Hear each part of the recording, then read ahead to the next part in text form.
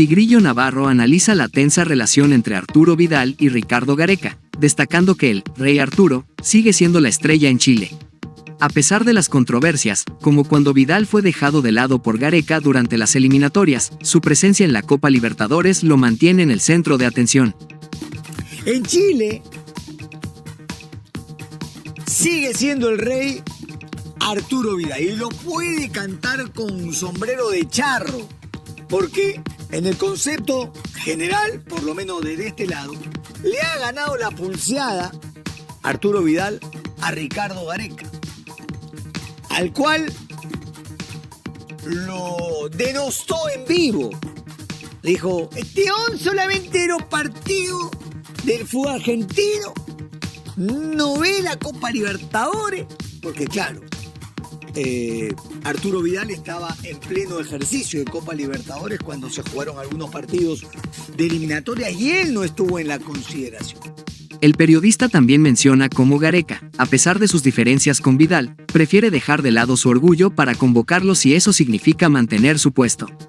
La rivalidad entre ambos sigue siendo un tema candente, con Vidal y su influencia en el fútbol chileno en constante discusión. Y él no estuvo en la consideración.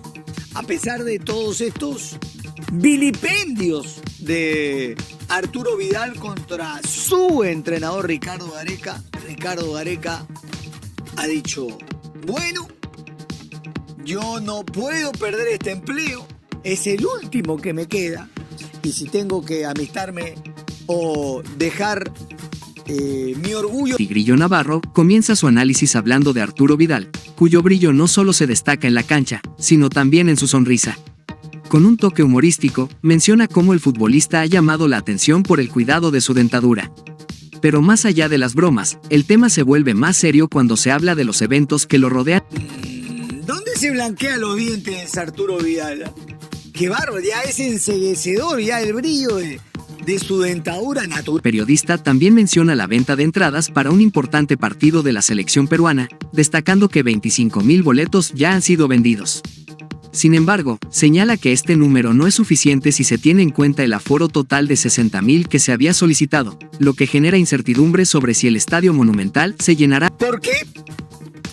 Antes de hablar de la selección argentina y los problemas que tiene, vamos a hablar de las entradas. Dice que se han vendido ya 25,000, que no es mucho, ojo, no es mucho porque para el aforo que ha solicitado A medida que avanza la conversación, Tigrillo reflexiona sobre las posibles dificultades para que la gente llegue al estadio debido a los problemas de transporte.